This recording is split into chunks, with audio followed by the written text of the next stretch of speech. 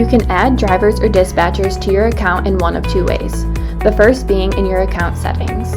Once you've navigated to your settings, scroll down until you find the Team Contacts section. Then click the blue Add Member button. On the pop-up, select the role from the drop-down. In this case, it will be driver or dispatcher.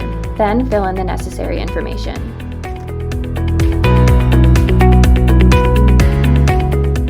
Once you've completed the information, click Add Member. Your team member will now be listed under Team Contacts. If you need to edit the contact, click the pencil icon. If you would like to remove it, click the trash can icon. Lastly, click Save Changes. You can also add a new driver or dispatcher when booking a load.